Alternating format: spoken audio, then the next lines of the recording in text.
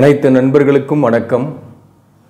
உங்கள் ஆஸ்ட்ரோ பழனிசாமிகள் பேசுகிறேன். இந்த காணொளியில் மீனம் ராசிக்கு 2ஆம் தாரம் திருமணம் நிம்மதியை தருமா என்பதை பற்றி தான் பார்க்க போகிறோம்.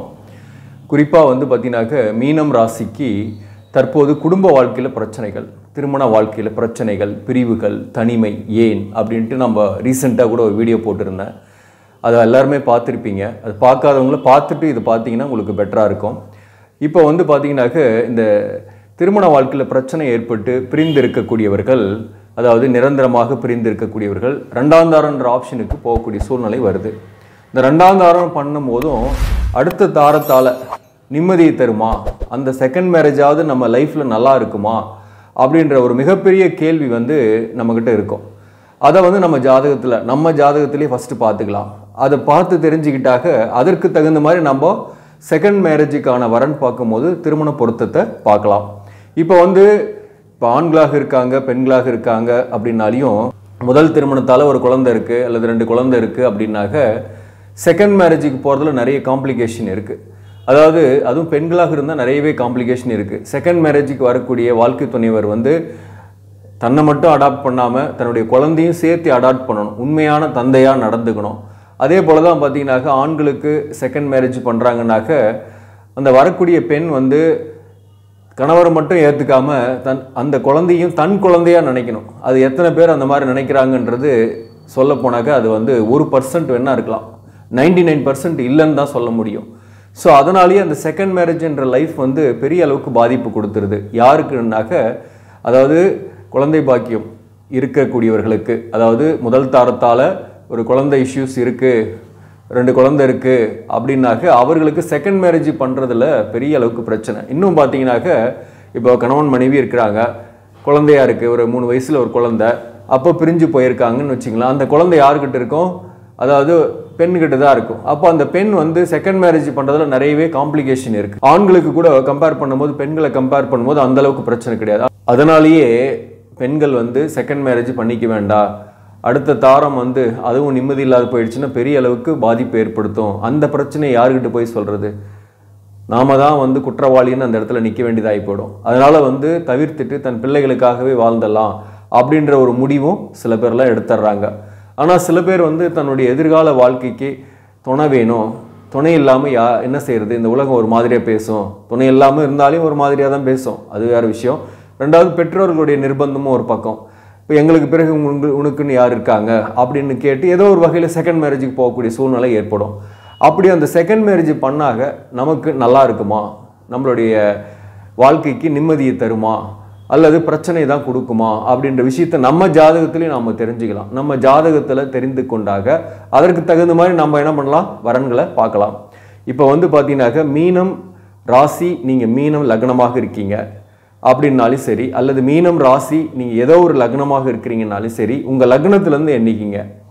உங்கள் லக்னத்திலேருந்து எண்ணி வர 11ஆம் பாவகம் என்பது தான் 2ஆம் தாரத்தை, இளைய தாரத்தை குறிக்கக்கூடிய இடம்.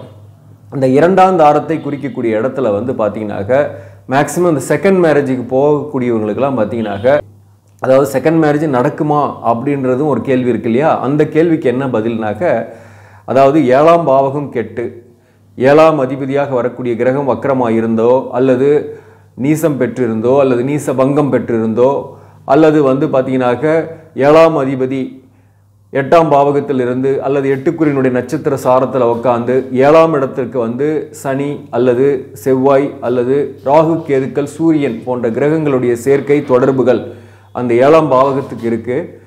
அதே போல் பார்த்தீங்கன்னாக்க அப்படிப்பட்டவர்களுக்கு 11ஆம் அதிபதியாக வரக்கூடிய கிரகம் பார்த்தீங்கன்னாக்க ஆட்சி உச்சம் பெற்றிருக்கலாம் அல்லது நட்பு வீட்டில் நட்பு சாரத்தில் உட்கார்ந்துருக்கலாம், குருவோட பார்வையில் இருக்கலாம், நல்ல ஒரு பலமாக இருக்கிற மாதிரி இருக்கும் பார்த்தீங்கன்னாவே. அப்படிப்பட்டவர்களுக்கு முதல் தாரம் கழிந்து 2ஆம் தாரம் கண்டிப்பாக ஏற்படும். 2ஆம் தாரம் நீங்கள் தவிர்க்க நினைத்தாலும் 2ஆம் தாரம் கண்டிப்பாக ஏற்படும். அப்படி ஏற்படக்கூடிய அந்த 2ஆம் தாரம் நல்லா இருக்குமா, நிம்மதியை தருமானாக்க, இந்த 11ஆம் பாவகத்துக்கு 2ஆம் இடம், அதாவது உங்கள் ஜாதகத்தில் லக்னத்துக்கு 12ஆம் பாவகம்னு வச்சிங்களேன். உங்களது மீன லக்னமாகவே இருந்தாக கும்பம், அதுதான் 12ஆம் பாவகம். அந்த இடத்துல கும்பத்தோட அதிபதி யார், சனி பகவான். சனி பகவான் அங்கேயே ஆட்சி பெற்று இருக்கிறாரு அப்படின்னாக்க உங்களுக்கு 2ஆம் தாரத்தாலையும் குடும்ப வாழ்க்கையில் கருத்து வேறுபாடுகள், மிஸ் அண்டர்ஸ்டாண்டிங் இருக்கும் அப்படின்றது நம்ம ஈஸியாகவே தெரிஞ்சுக்கலாம். அதே போல் உங்களுக்கு 12ஆம் பாவகத்தில் செவ்வாயோ சூரியனோ இருக்குது, உங்கள் லக்னத்துக்கு 12ஆம் பாவகத்தில் சனி செவ்வாய் சூரியன் போன்ற கிரகங்கள் இருக்குது அப்படின்னாக்க, அல்லது சேர்ந்து இருக்கலாம் தனித்து இருக்கலாம், எப்படி இருந்தாலும் பார்த்தீங்கன்னாக்க அப்படிப்பட்டவர்களுக்கும் திருமண வாழ்க்கையில் கருத்து வேறுபாடுகளும் பிரச்சனைகளும் இருக்கும். அதாவது செகண்ட் மேரேஜ் பண்ணாலையும் கருத்து வேறுபாடு வரும் அப்படின்றத நம்ம தெரிஞ்சுக்கலாம். அதே இடத்துல லக்னத்துக்கு 12ஆம் பாவகத்தில் ராகு இருக்குன்னாலையும் உங்களுக்கு குடும்ப வாழ்க்கையில், அதாவது செகண்ட் மேரேஜ் குடும்ப வாழ்க்கையில் கருத்து வேறுபாடுகளும் பிரச்சனைகளும் இருக்கும் என்பதை நம்ம தெரிஞ்சுக்கலாம். சரி, இப்போ பார்த்தீங்கன்னாக்க அந்த செகண்ட் மேரேஜாக வரக்கூடிய வாழ்க்கை துணைவர் எப்படி இருப்பார் அப்படின்ற விஷயத்தை நம்ம தெரிஞ்சுக்கணுன்னாக்க, குறிப்பாக பார்த்தீங்கன்னாக்க 11ஆம் பாவகத்துக்கு 4ஆம் பாவகம் எதுனாக்க லக்னத்துக்கு 2ஆம் பாவகம். அந்த 2ஆம் பாவகத்தில் உங்களுக்கு சனி சுக்கிரன் சேர்ந்திருக்கு, அல்லது சனிக்கு செவ்வாய் பார்வை, சனிக்கு செவ்வாய் தொடர்பு, அல்லது ராகு சுக்கிரன் சேர்க்கை, இந்த மாதிரிலாம் இருக்குன்னாக்க 2ஆம் தாரமாக வரக்கூடியவர்களுடைய கேரக்டர் கொஞ்சம் சரி இருக்காது அப்படின்ற விஷயத்தையும் நம்ம தெரிஞ்சுக்கலாம். ஸோ 2ஆம் இடத்துல இந்த மாதிரியான அமைப்புகள் உங்கள் ஜாதகத்திலேயே லக்னத்துக்கு 2ஆம் இடத்துல இந்த கிரக சேர்க்கைகள் இருந்தாக வரக்கூடிய வாழ்க்கை துணையுடைய கேரக்டர் கொஞ்சம் சரியில்லை, அல்லது அவரோட உடல்நலத்தில் ஏதாவது பாதிப்பு இருக்கும், அல்லது அவருடைய தாயார் வகையில் ஏதோ பாதிப்பு அல்லது பிரச்சனைகள் இவருக்கு ஏற்படும் என்பதை நம்ம புரிஞ்சுக்கலாம். அதே போல் பார்த்தீங்கன்னாக்க அந்த 11ஆம் பாவகத்துக்கு 7ஆம் பாவகமாக வரக்கூடிய 5ஆம் பாவகத்தை பார்க்கும்போது அதையும் அங்கே ஒரு விஷயம் நாம் தெரிஞ்சுக்கலாம். 11ஆம் பாவகத்துக்கு 7ஆம் பாவகம் என்பது நம்ம லக்னத்துக்கு 5ஆம் இடம். அந்த 5ஆம் இடத்துல என்ன கிரகம் இருக்குன்னு பாருங்க. உங்கள் லக்னத்துக்கு 5ஆம் இடத்துல சனி இருக்கு, ராகு இருக்கு, அல்லது கேது இருக்கு, அல்லது பார்த்தீங்கன்னாக்க செவ்வாய் போன்ற கிரகங்கள் இருக்கு, சூரியன் இருக்கு. சூரியன் இருந்தாலும் பிரச்சனை தான். அப்படி இருந்தாலும் இந்த செகண்ட் மேரேஜுக்காக நீங்கள் வரன் பார்க்குறீங்கன்னாக்க வரக்கூடிய வாழ்க்கை துணைவர் கோபம் டென்ஷன் உடையவர்களாக இருப்பார். திருமண வாழ்க்கையில் மீண்டும் ஒரு பிரச்சனைகள் வரக்கூடிய வாய்ப்பும் உண்டு என்பதை நம்ம தெரிஞ்சுக்கலாம். அதாவது நம்ம ஜாதகத்திலேயே 12ஆம் பாவகம், லக்னத்துக்கு 12ஆம் பாவகம், லக்னத்துக்கு 2ஆம் பாவகம், லக்னத்துக்கு 5ஆம் பாவகம், இந்த பாவகத்தில் பாவ கிரகங்களுடைய தொடர்பு சேர்க்கை போன்றவை அங்கே இருக்குது அப்படின்னாக்க அவங்களுக்கு செகண்ட் மேரேஜ் அமைந்தாலும் சில பாதிப்புகள் இருக்கும். அதாவது மொத்தமாக போய் கல்யாணம் பண்ணாக்க அப்படி இருக்குது அப்படின்னாக்க 11ஆம் அதிபதி வலுப்பெற்று இருக்கிறாரு அப்படின்னா கண்டிப்பாக அவங்களுக்கு செகண்ட் மேரேஜ் அமைந்தே தீரும். அதே போல் அப்படிப்பட்டவர்களுக்கு 5ஆம் இடத்துல சூரியன் இருக்குன்னு வச்சிங்களேன், லக்னத்துக்கு 5ஆம் இடத்துல சூரியன் இருக்குது. அப்போது பிள்ளைகள் மூலம் அது பிரச்சனைகளும் கருத்து வேறுபாடுகளும் உங்கள் வாழ்க்கையில் வந்துக்கிட்டே இருக்கும். செகண்ட் மேரேஜ் பண்ணும் போதும் பிள்ளைகள் மூலம் பிரச்சனைகளும், அதாவது பிள்ளைகளால் கருத்து வேறுபாடு கணவன் மனைவிக்குள்ளே அது கூட ஒரு மிஸ் அண்டர்ஸ்டாண்டிங் ஏற்பட்டு பிரிவை ஏற்படுத்தும். அப்போ நாம் என்ன செய்யணும்னா அதற்கு தகுந்த ஜாதக பொருத்தத்தை நீங்கள் பார்க்கணும். அதுதான் இங்கே முக்கியம். இப்போ உங்களுக்கு அந்த மாதிரி இருக்குன்னாக்க நீங்கள் பார்க்க போகிற ஜாதகருக்கும் அந்த மாதிரியே இருந்துச்சுன்னா உறுதியாக அந்த செகண்ட் மேரேஜும் நிலைக்காதுன்னு அர்த்தம். நீங்கள் பார்க்க போகிற ஜாதகருக்கு, அதாவது லக்னத்துக்கு 12ஆம் பாவகத்தில் எந்த கிரகமும் இல்லாமல் இருக்குன்னாலையும் சரி, அல்லது லக்னத்துக்கு 2ஆம் பாவகத்தில் பாவகிரக சேர்க்கை பாவகிரகம் தொடர்பு கொள்ளாமல் இருந்தாலையும், அல்லது அவருடைய ஜாதகத்தில் லக்னத்துக்கு 5ஆம் இடத்துல பாவகிரகம் இல்லாமல் இருக்குது, அங்கே ஒரு சுபகிரகம் குருவே இருக்குது, அல்லது புதன் இருக்குது, அல்லது சுக்கிரன் இருக்குது அப்படின்னாக்க, அதே போல் 2ஆம் பாவகத்தில் சுக்கிரன் புதன் குரு இதெல்லாம் இருந்தால் கூட ஒன்றும் பிரச்சனை கிடையாது. குரு இருந்தால் வக்கரமாக இருக்கணும், அல்லது வேறு கிரகத்தோடு சேர்ந்து இருக்கணும். தனித்த குருவாகவும் இருந்தாலும் கொஞ்சம் பிரச்சனை வரும் 2ஆம் இடத்துல.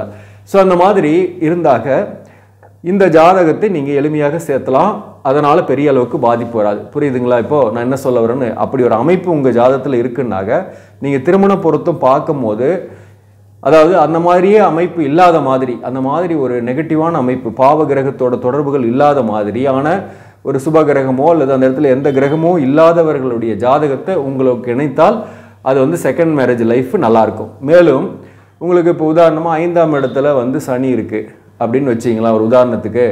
அப்படிப்பட்டவர்களாக இருக்கீங்க அப்படின்னாக்க நீங்கள் கடக லக்னமாக இருக்கீங்க, மீன ராசியாக இருக்கீங்கன்னாக்க நீங்கள் கட்டிக்க போகிற வாழ்க்கை துணைவர் மகர லக்னமாகவோ கும்ப லக்னமாகவோ இல்லாத மாதிரி நீங்கள் பார்த்துக்கணும். அப்படி இல்லைன்னா இன்னொன்று யோசிச்சிங்க, அதாவது பார்த்தீங்கன்னாக்க உங்களுடைய பிள்ளைகளுடைய ஜாதகத்தை இங்கே வெரிஃபை பண்ணிங்க. உங்கள் பிள்ளைகளுடைய லக்னம் ஒன்று இருக்கும். உதாரணமாக தனுசு லக்னம்னு வச்சிங்களேன், நீங்கள் கல்யாணம் பண்ணிக்க உங்களுக்கு மீன லக்னம் மீன ராசினே வச்சிக்கலாம் கூட, உங்கள் பிள்ளைக்கு தனுசு லக்னம்னாக்க நீங்கள் கட்டிக்க போகிற வாழ்க்கை துணைவர், குறிப்பாக அது பெண்ணாக இருக்கட்டும் ஆணாக இருக்கட்டும், கட்டிக்கு போகிற வாழ்க்கை துணைவர் கடக லக்னமாக இல்லாமல் இருந்தாக்க பெஸ்ட்டு. ஸோ அந்த மாதிரியும் பார்த்துக்கலாம். ஸோ அந்த மாதிரி கரெக்டாக வாழ்க்கை துணைவரை நீங்கள் செலக்ட் பண்ணுறதுன்றது இங்கே ஜாதக பொருத்தன்றது ரொம்ப முக்கியம். அதுக்கு தான் ஒரு தாரம் கழிஞ்சாலையும் 2ஆம் தாரம் கல்யாணம் பண்ணும் போதும் ஜாதகம் பார்த்து கல்யாணம் பண்ணுங்க அப்படின்னு நம்ம சொல்கிறது. ஏன்னா அப்போ தான் வந்து இந்த பிரச்சனைலாம் இருக்குது அப்படின்னு நீங்கள் தெரிஞ்சுக்கிட்டீங்கன்னாக்க, சரியான ஜாதக பொருத்தம் நீங்கள் பார்த்தீங்கன்னாக்க 2ஆம் தாரம் ஓரளவுக்கு நன்மையாகவே இருக்கும், நிம்மதியை தரும். முக்கியமாக நான் சொல்லக்கூடிய விஷயம் என்ன அப்படின்னாக்க, குறிப்பாக இந்த செகண்ட் மேரேஜ் பண்ணுறவங்கெல்லாம் யாருக்கு அது மாதிரி அதிகமாக ஏற்படுதுன்னா, இந்த கலசர தோஷம் இருக்கிறவங்களுக்கு. அதுதான் சொன்னோம் இல்லையா, 7ஆம் அதிபதி கெட்டிருந்து 7ஆம் பாவகத்தில் பாபகிரகங்கள் சேர்ந்திருந்தோ அல்லது பாபகிரகங்களுடைய பார்வை இருந்தோ அல்லது பாபகிரகங்கள் இருந்தோ, அதே போல் 11ஆம் பாவகம் வலுப்பெற்று இருக்கும். அது 11ஆம் பாவகத்தில் 1க்கு 2 3 கிரகங்கள் இருக்கும். அல்லது சில பேருக்கு 7ஆம் இடத்துலேயே 3 4 கிரக சேர்க்கைலாம் இருக்கும். அவங்களுக்கெல்லாம் கூட பார்த்தீங்கன்னாக்க 2ஆம் தாரம் ஏற்படுது. ஸோ அப்படிப்பட்டவர்களுக்கு வந்து 2ஆம் தாரம் ஏற்படும். அதுதான் கலசர தோஷம். இந்த கலசர தோஷம் என்பவர்கள் 2ஆம் தாரத்துக்கு போனாங்கன்னா, அதாவது ஒரு தாரம் கழிந்து 2ஆம் தாரத்தில் நன்மைகள் வரும்னாக, கண்டிப்பாக அவங்களும் ஏற்கனவே பாதிக்கப்பட்ட, அதாவது கலசர தோஷமோ அல்லது தார தோஷத்தாலேயோ பாதிக்கப்பட்டு பிரிந்த வாழ்க்கை துணைவர் விட்டு பிரிந்த வாழ்க்கை துணைவர் தான் நீங்கள் வந்து செலக்ட் பண்ணணும். அதாவது ஏதோ ஒரு வகையில் அவங்களும் உங்களைப் போல பாதிக்கப்பட்டவங்களாக இருக்கணும். ஒன்று வாழ்க்கை துணைவரை இழந்திருக்கலாம் அல்லது டிவோர்ஸ் ஆகி பிரிந்திருக்கலாம். அப்படிப்பட்டவர்களை நீங்கள் வந்து செலக்ட் பண்ணுறது பெஸ்ட்டு. அப்படி இல்லை, அந்த மாதிரிலாம் எங்களுக்கு பிடிக்காது அப்படின்னாக்க, நீங்கள் சின்ன வயசாக தான் இருக்கீங்க அப்படின்னாக்க, நீங்கள் வந்து என்ன பண்ணலாம், கொஞ்சம் ஏஜ் டிஃப்ரென்ஸில் கூட பார்த்துக்கலாம்.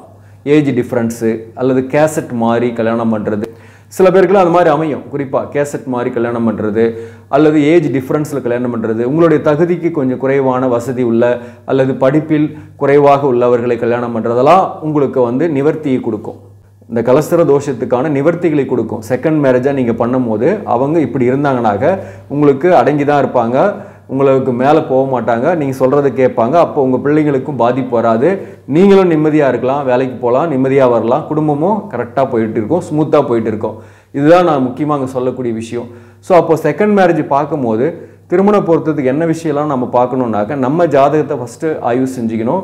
நம்ம ஜாதகத்தில் லக்னத்துக்கு 12ஆம் பாவகம், 2ஆம் பாவகம், 5ஆம் பாவகத்தில் எந்த கிரகமுமே இல்லை, அந்த இடத்துல பாவகிரகத்தோட தொடர்பே இல்லைன்னா நீங்கள் தைரியமாக செகண்ட் மேரேஜை பண்ணலாம். நான் சொன்ன மாதிரி 11ஆம் அதிபதி வலுப்பெற்றிருந்தால் செகண்ட் மேரேஜ் அமையும்.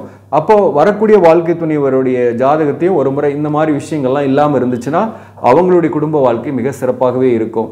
மொத்தத்தில் வந்து பார்த்திங்கன்னா செகண்ட் மேரேஜால் நிம்மதியை தருமானா, இது ஒரு அவேர்னஸ்க்கான வீடியோ தான். இதை வந்து நீங்கள் எந்த லக்னமாக இருந்தாலும் அதில் பொருத்தி பார்த்துக்கலாம். மீன ராசி மீன லக்னமாக இருந்தாலும் சரி, அல்லது மீன ராசி வேறு எந்த லக்னமாக இருந்தாலையும் அதோட நீங்களே வச்சு செக் பண்ணிக்கலாம். ஆக நண்பர்களே, இந்த பதிவு உங்களுக்கு பிடிச்சிருந்தாக லைக் பண்ணுங்கள், இதை மற்றவர்களுக்கும் ஷேர் பண்ணுங்கள். இன்னும் நம்ம சேனலை சப்ஸ்கிரைப் பண்ணாமல் பார்க்குறவங்க சப்ஸ்கிரைப் பண்ணி கண்டினியூ பண்ணுங்கள். இதன் மூலம் உங்களுக்கு ஒரு சரியான ஜோதிட தகவல்கள் கிடைக்கும், ஆன்மீக தகவல்களும் கிடைக்கும். நன்றி, வணக்கம்.